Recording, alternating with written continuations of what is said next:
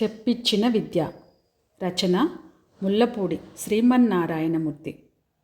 ఒక ఊళ్ళో ఒక యువకుడు ఉండేవాడు.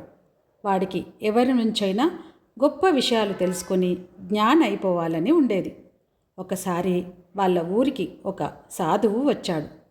ఆ అబ్బాయి ఆయన వద్దకు వెళ్ళి, "స్వామి, నాకు జ్ఞానోపదేశం చేసి జ్ఞానిని చెయ్యండి" అన్నాడు.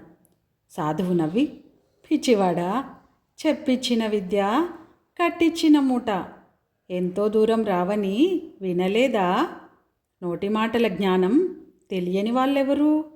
అంత మాత్రాన అందరూ జ్ఞానులైపోయారా?" అన్నాడు. ఆ అబ్బాయి, "స్వామి, మీరు చెప్పేది నాకు అర్థం కాలేదు" అన్నాడు. "నేను ఈ ప్రాంతాల 2 రోజులు ఉంటాను. ఆ 2 రోజులు నా వెంట తిరుగు. అప్పుడు నీకు నా మాట అర్థం కావచ్చు" అన్నాడు సాధువు. ఆ అబ్బాయి ఆ రోజంతా సాధువు వెంట తిరిగాడు. ఆ రాత్రి ఇద్దరూ ఒక అరుగు మీద పడుకున్నారు. అది ఒక దొంగవాడి ఇల్లు. ఆ రోజు రాత్రి తండ్రి దొంగతనానికి బయలుదేరబోతూ ఉంటే దొంగవాడి కొడుకు, "నాన్న, నాకు కూడా దొంగతనం చేసే విద్య చెప్పమంటే చెప్పకుండా ఉన్నావు. నాకు దొంగ కావాలని ఉన్నది" అన్నాడు. "ఒరే, చెప్పిచ్చిన విద్య కట్టించిన మూట ఎంత దూరం వస్తాయిరా? దొంగవి కావాలనుంటే నీ బుద్ధి ఉపయోగించి అనుభవం ద్వారా దొంగవి కావాలి" అన్నాడు తండ్రి. "అయితే ఈరోజు దొంగతనానికి నీ వెంట రాని" అన్నాడు కొడుకు. తండ్రి సరేనన్నాడు. ఇద్దరూ కలిసి దొంగతనానికి బయలుదేరారు.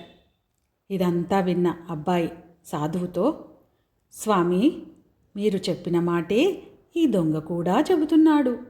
ఏమి జరుగుతుందో చూసి వస్తాను. తమరు ఇక్కడే ఉంటారు కదా" అని తాను కూడా దొంగ వెనకగా బయలుదేరాడు.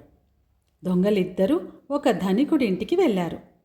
తండ్రి గోడలో కన్నం తవ్వి కొడుకుతో, "లోపలికి వెళ్ళు, మధ్యగదిలో భోషానం ఉన్నది.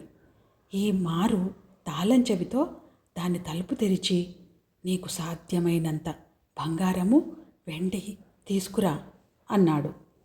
తండ్రిచ్చిన తాళం చెవితో కుర్రవాడు లోపల ప్రవేశించాడు.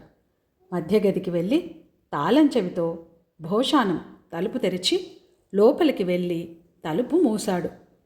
తలుపు మూసేటప్పుడు కిర్రుమని చప్పుడైంది. ఆ చప్పుడుకు ఇంటివాళ్ళు ఒకరిద్దరు మేలుకొని ఆశ్చర్యపోతూ, "ఏమిటది?" అన్నారు. అందులో ఒకడు నిద్రమత్తుతో లేచి వచ్చి భోషానం మీద పడుకుంటూ, "నిద్రపోండి, తెల్లవారు లేచి చూసుకుందాం" అన్నాడు. దొంగ కొడుకు భోషానంలో చిక్కుకుపోయాడు. ఈ సంగతి తెలియగానే బయట ఉన్న దొంగ ఇంటి దారి పట్టాడు. అది చూసి ఆశ్చర్యపడుతూ దొంగల వెంటల వెళ్ళిన అబ్బాయి దొంగ వెనుకనే వచ్చేశాడు. దొంగ ఇంటికి వచ్చి తలుపులు వేసుకుని నిశ్చింతగా నిద్రపోయాడు. తన కొడుకు ఏమవుతాడా అన్న బెంగవాడికి కొంచెం కూడా లేనట్టు కనిపించింది. ఈ లోపున భోషానంలో చిక్కుకుపోయిన దొంగ కొడుకు తాను పట్టుకుపోగలిగినన్ని నగలు కట్టుకొని ఎలుకలాగా చప్పుడు చేశాడు. అది విని భోషానం మీద పడుకున్నవాడు, "ఎలుక, ఎలుక" అంటూ కిందికి దిగి భోషానం తలుపు ఎత్తాడు. వెంటనే దొంగ కొడుకు చెంగున బయటికి దూకి భోషానం మీద నుంచి దిగిన వాణ్ణి గట్టిగా ఒక తన్ను తన్ని తండ్రి చేసిన కన్నం గుండా బయటపడి కాలి సత్తువ కొద్దీ పరుగెత్తాడు. కానీ ఈలోగా ఇంటిల్లిపాది లేచి "దొంగ, దొంగ" అంటూ వాడి వెంట పడ్డారు. అప్పుడు దొంగ కొడుకు ఒక పెద్ద రాయెత్తి దారిలో ఉన్న బావిలో పడేసి దగ్గరలో ఉన్న చెట్టెక్కి కూర్చున్నాడు. ఆ చప్పుడు విని కుర్రవాణ్ణి వెంబడించే వారంతా బావి దగ్గరికి చేరారు. కొందరు దీపాలు తెచ్చారు. కొందరు సాహసులు బావిలోకి దిగారు. కానీ దొంగ జాడలేదు.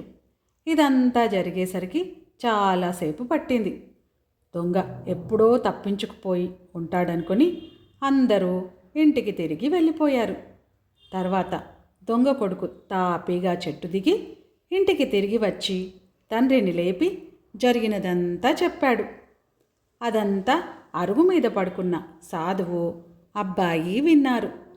సాధువు ఆ అబ్బాయితో, చూసావా నాయనా, ఆఖరుకు చోర విద్య కూడా అనుభవంతోనే నేర్చుకోవాలి. చెప్పించిన విద్య ఎందుకు పనికిరాదు. నా మాట అర్థమైంది కదా అన్నాడు.